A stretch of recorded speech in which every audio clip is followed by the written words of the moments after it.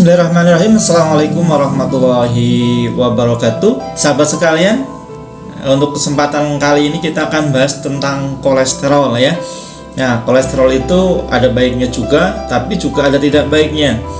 Nah, sahabat sekalian, apa sih kolesterol itu? Ya, kolesterol merupakan lemak endogen ya, yang juga berasal dari makanan hewani ya. Kolesterol membantu tubuh memproduksi vitamin D ya. Jadi ini pasti memang ada manfaatnya ya. Salah satunya adalah untuk memproduksi vitamin D, beberapa hormon dan juga asam empedu untuk membantu mencerna lemak ya. Dalam jumlah yang wajar, tubuh sebenarnya membutuhkannya untuk membangun sel-sel baru agar tubuh dapat terus berfungsi secara normal. Sahabat sekalian, selain itu, kolesterol juga diperlukan untuk proses pencernaan, produksi hormon, dan pembentukan vitamin D. Namun, kolesterol yang tinggi, ya, yang terlalu tinggi, ini berbahaya bagi tubuh karena menimbulkan berbagai macam penyakit dan komplikasi. Kolesterol dalam darah diangkut oleh protein. Kombinasi keduanya disebut lipoprotein. Dua jenis utama lipoprotein adalah lipoprotein densitas rendah LDL, juga dikenal sebagai kolesterol jahat. Kemudian dan lipoprotein densitas tinggi HDL yang dikenal sebagai kolesterol baik ya. Jadi kolesterol itu ada kolesterol baik dan juga ada kolesterol jahat ya. Sahabat sekalian, fungsi LDL ini yang jahat ya adalah untuk mengangkut kolesterol dari hati ke sel-sel yang membutuhkannya. Namun, bila jumlah kolesterol melebihi yang diperlukan, kolesterol dapat menumpuk di dinding arteri dan menyebabkan penyakit. Sementara itu, tidak seperti LDL. HDL bertanggung jawab untuk mengangkut kolesterol ke hati. Di hati, kolesterol dihancurkan atau dikeluarkan dari tubuh melalui kotoran atau tinja. Sahabat sekalian, tingkat kolesterol darah yang direkomendasikan bervariasi dari orang ke orang. Ya, jadi tidak sama setiap orang ya kadar kolesterolnya yang direkomendasikan. Nah, ini tergantung pada setiap orang apakah mereka memiliki resiko lebih tinggi atau lebih rendah terkena penyakit arteri. Pada saat yang sama, studi yang berkaitan dengan kadar atau jumlah kolesterol ya.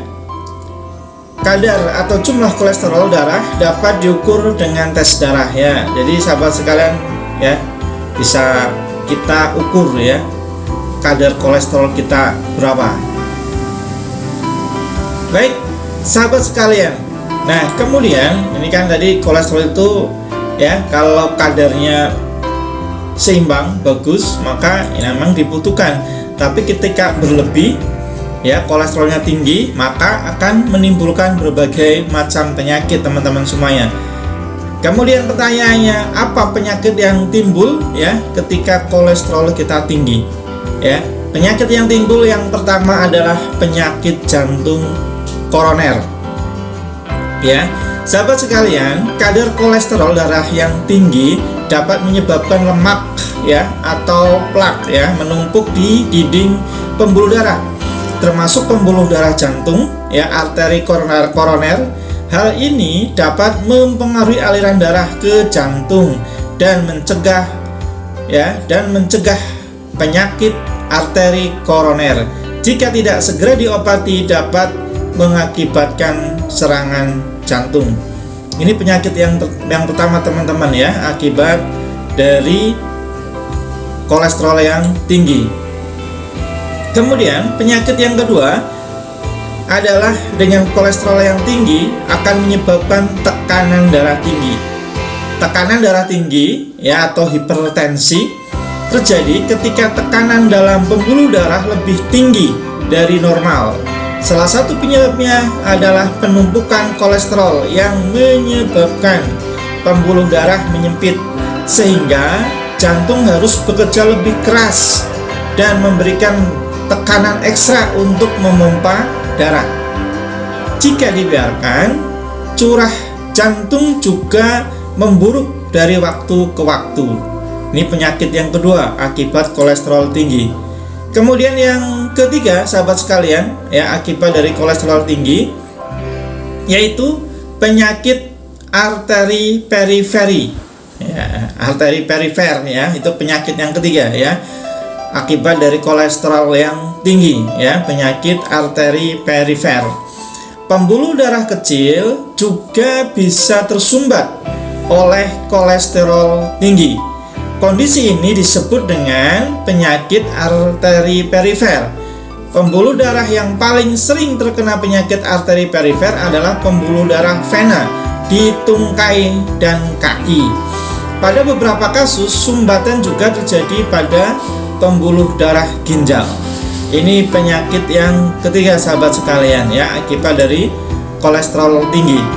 Dan penyakit yang keempat, ya, akibat dari kolesterol yang tinggi adalah lemak bisa menumpuk, ya, tidak hanya di pembuluh darah jantung, tapi juga di pembuluh darah otak. Nah, ketika aliran darah ke otak tersumbat, organ ini kekurangan nutrisi dan oksigen, dan ini menyebabkan stroke. Jadi penyakit yang keempat akibat kolesterol tinggi yaitu stroke, ya. Ini kalau udah penyakitnya stroke memang luar biasa untuk pengobatannya, ya.